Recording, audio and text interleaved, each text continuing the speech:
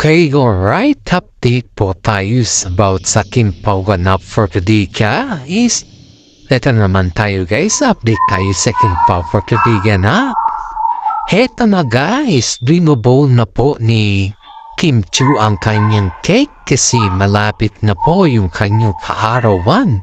At ngayon na po yung kanyang kaarawan guys ayan po ay sinelebrate po nila Kim Chiu kasama ang kanyang mga kamag-anak sa hotel. Ayan po ay kinantahan po siya dito na kusan ay kitang-kita dito sa video na talagang kita mo yung pagkanta kay Kim Chiu dito guys.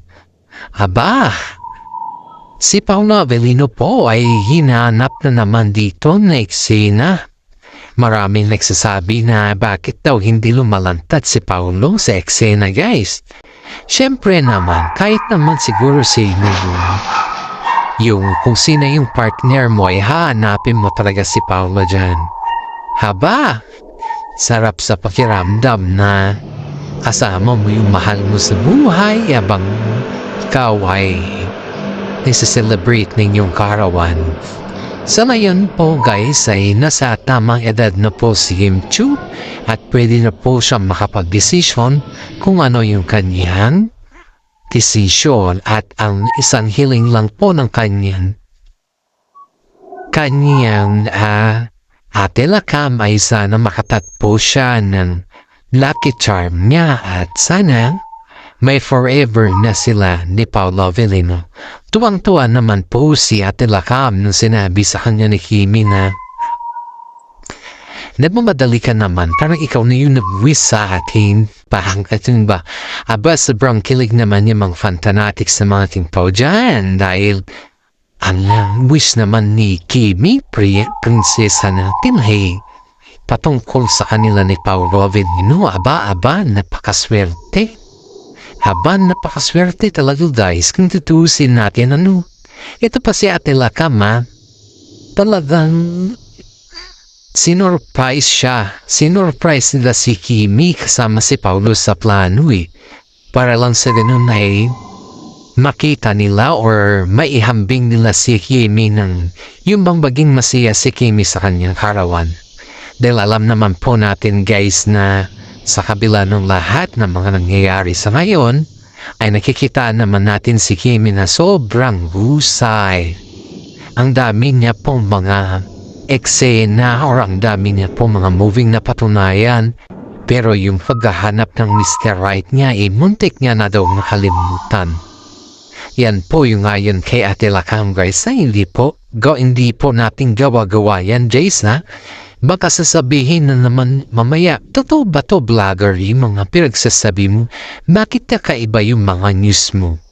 Which is talagang kakaiba yung content natin madam. Dahil ayaw kong i-content yung mga nakikita na natin kasi halos lahat kasi yan is alam na natin Pero yung sa atin kasi unique kasi ito Naghahanap tayo yung mga bad sides at good side nila sa loob ng showbiz kasi hindi naman talaga nilalabas. May mga legit na sources lang tayo na pinagtatanungan about kung ano na yung nangyayari sa loob ng showbiz. Kasi guys, alam nyo konting kaalaman lang po sa mga nagtatanong kung bakit kakaiba yung ating vlog. Number one is gusto kong may unique ang content natin. Kaya ang content natin po ay kinukuha natin sa loob ng showbiz. Hindi man yan nilalabas kasi mga nilalabas lang po nila yung mga magaganda kasi guys, happy moment or something na parang walang negatibo din sa loob pa. Pero in fairness, ang dami din mga negatibo sa loob at saka positibo sa loob guys. Kaya yun yung kinakalkal natin. Kasi yan nila Ogie Diaz ba? O diba kita mo dun, ang kinakalkal talaga nila is hindi yung pamlantaran kundi yung nasa loob talaga na dahilan. Ganito din tayo dito guys, ito yung content natin This is our content, yung ganun na bagay. Kaya sa mga yung nagtatanong, bakit iba ang title mo sa content mo? Iko-connect mo yung title ko sa content mo sa main target guys. Iyon po, hindi yung halimbawa po yung content kasi namasyal si Kim Chiu sa ganito. Ayun na yung namasyal si Kim Chiu. Hindi po ang saging kasi issue analysis mo. bilang ikaw ay nakikinig at nanonood sa ating content. Yan po yung explanation ko sa mga palaging nagtatanong na makaiba daw yung content po sa title ko. Guys yung analysis mo na yun guys. Kasi ang gumawa naman ng title guys is yung analysis Diba? Kaya yung sa mga hindi po masyadong nakarelate, paki-like naman, paki-share at paki-hit naman yung notification bell natin guys para lahat naman po tayo updated.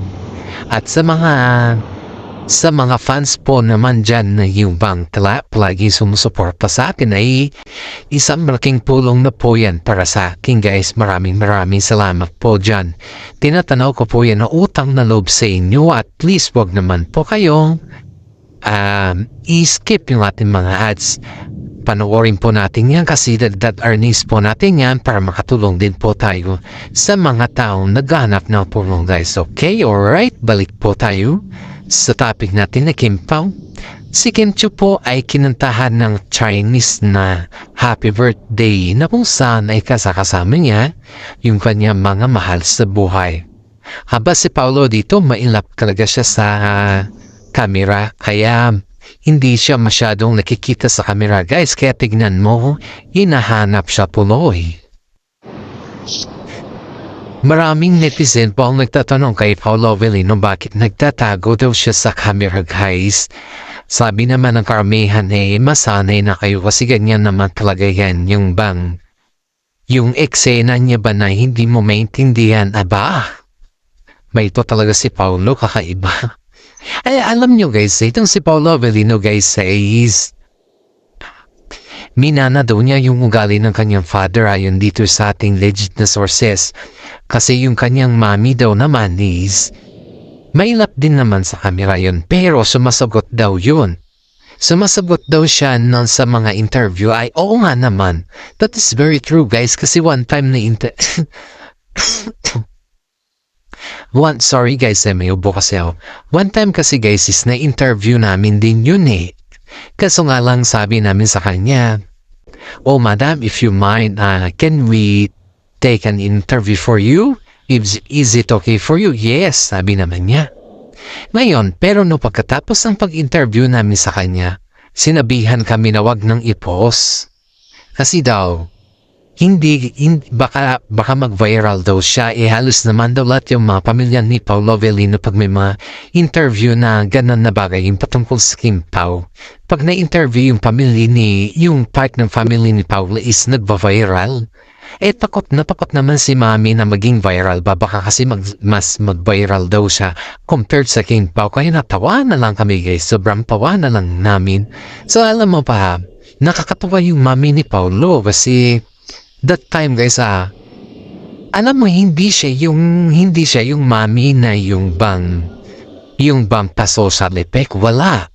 Hindi guys, hindi siya yung kagaya na may iba na yung bang mamang tawag mo sa kanya or yung bang nakikitaan mo siya na yung bang mga expensive things, ganun. Hindi guys, parang yung ba alam mo yung fans lang siya na nakaupo lang manonood sa paborito niyang artista. Ganun lang yung itsura ng mami ni Paolo Avellino guys. Napakasimple at napaka-humble din. Yun nga, tawang-tawa nga kami nung na-interview namin siya. May video ako guys pero hindi ko kasi ito ilalabas guys. Kasi nakiusap naman talaga si mami na wag nang ilabas. Siyempre naman, sa tayo sa mga nire-respeto natin yung decision ng may video kaya hindi na po natin ito nilalabas kundi sinasabi na lang natin to sa vlog. You know guys, ang sabi niya tawag niya daw kay Kim Chiu is anak na. Anak! Yun daw yung tawag niya kay Kim Chiu. Tawag naman ni Kim Chiu kay mami ni Pao is mami na mami. Kasi ayaw daw niya tawagin siya ng tita or mom. Sabi sa kanya, mami na lang itawag mo sa akin. Kaya ganun guys, ganun siya katindi na mag-handle ng relasyon. In fairness ito pa yung inamin niya na sa dami-dami daw nung naging parang ex ni Paolo Avellino, no? Dalawa lang ata daw yung pinunta niya dun sa Baguio sa bahay nila si LG Reyes. Normally meron kasi sila anak at saka si Kimi. Pero si LG daw guys is hindi daw masyado. Baga parang 3 times lang ata. Apat lang daw. Parang 2 to 3 times yun yung sabi niya. Pero kay Kimi guys is pag in-invite si Kimi, pumunta si Kimi dun, hindi na daw niya mabilang. Pero sa mga time din daw na yung invited si Kimi at saka hindi daw nakakadalo si Kimi, busy daw si Kimi dun pero pumupunta pa rin kinaumagahan pag may oras. O diba, ang saya-saya buong pamilya ay sumasama sa kasiyahan ni Paolo Avellino at saka si Kimi. Kita naman natin dito guys yung tinatawag natin na kagandahan ba. Kumbaga is yung respeto ni Kimi sa kanila, di ba? As we can see naman guys is pag may respeto ka kasi sa kapwa mo or sa kagaya mo tao ay diyan mo rin talaga makikita yung tinatawag natin na happiness. Kaya si Mami po guys ay sobrang happy niya kapag nakikita daw niya sila Paolo Avellino at saka si Kim Chiu na nagsushooting aba.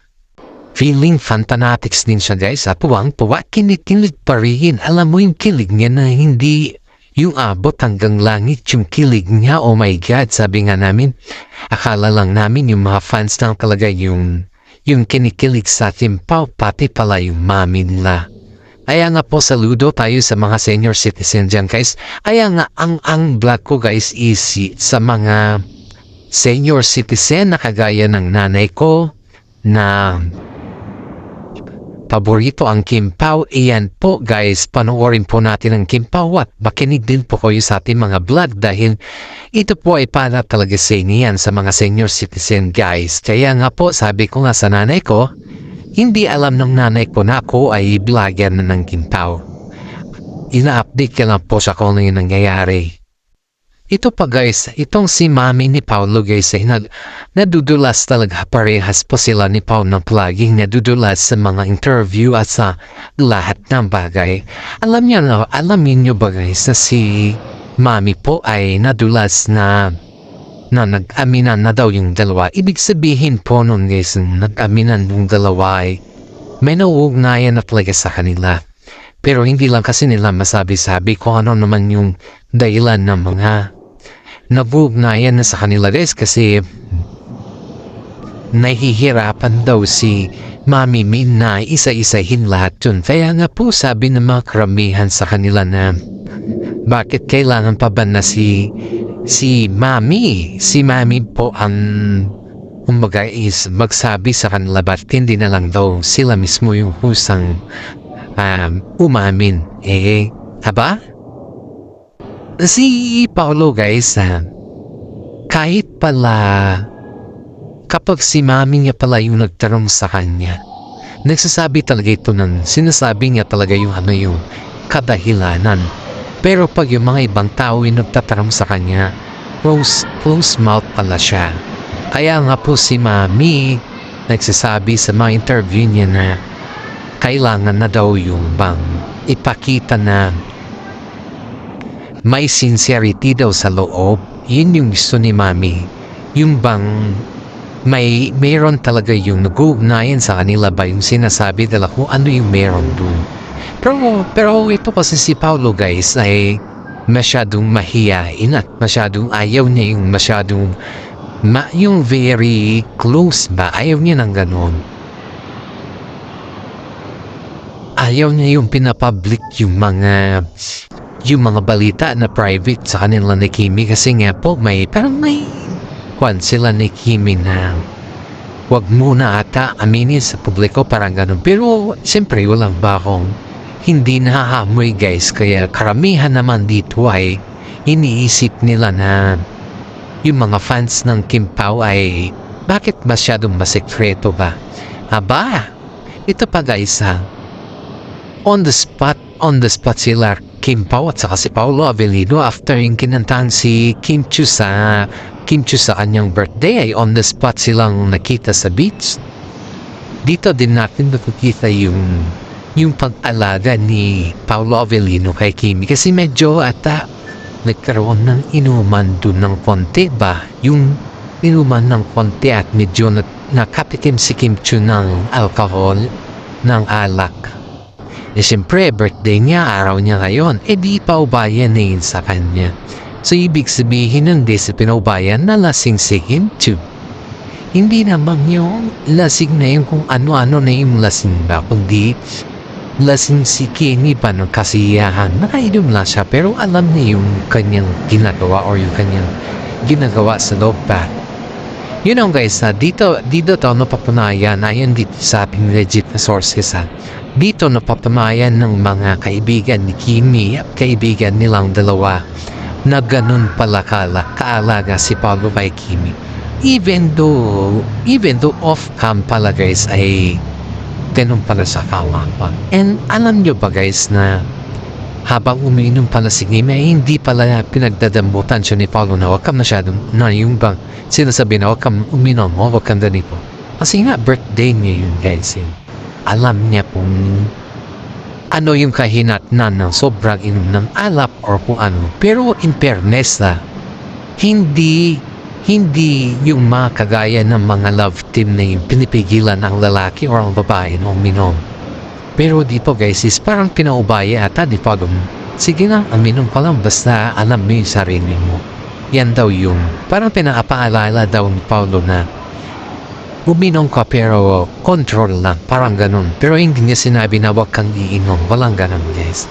Kaya maraming mga netizen po ang gumanga kay Paulo Avellino dahil kahit papaano ay pinapakita niya talaga na very care siya kay Inju at tigit sa lahat guys ay marespeto din si Paulo Isipin mo na sa resort sila syempre dapat magkasama sila ni Kim Chu sa isang hotel, di ba?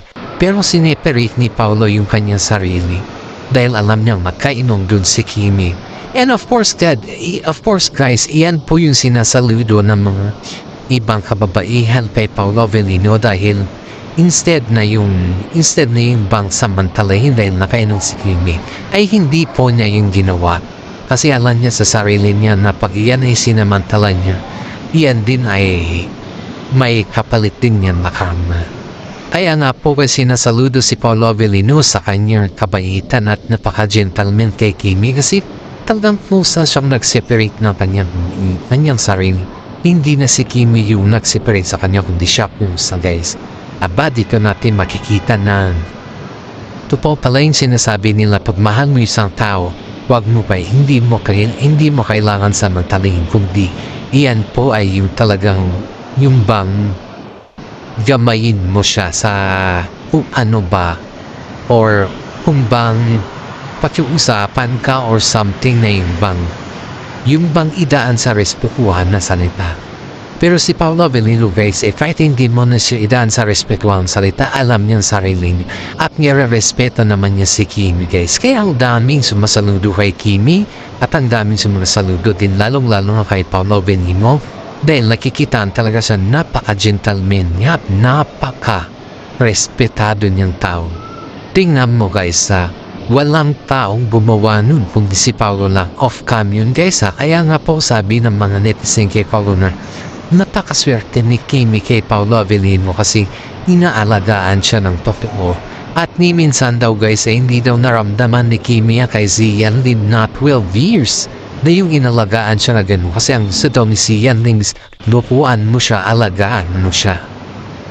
Hindi, parang kumbaga siya yung ikaw na babae mag-aalaga sa kanya kasi yan na talaga naman yung parang role mo, yun. Hindi yung pagtapos ng lahat, everything is okay. Mag-stop na parang gano'n. Hindi guys, kaya itong si Paulo Avellino ay saludo si Ate Lakam sa kanya. Kaya sa mga senior citizen dyan guys, paki-shout out po tayo lahat. Shout out po yun sa mga senior citizen dyan na nanonood sa atin. Maraming salamat guys sa mga fan fanatics natin dyan ng Kim Pao. Maraming salamat po. Paki-like and share and update naman po yung ating YouTube channel kasi sa malaking tulong na po yan para sa atin. Maraming salamat po. God bless po sa ating lahat.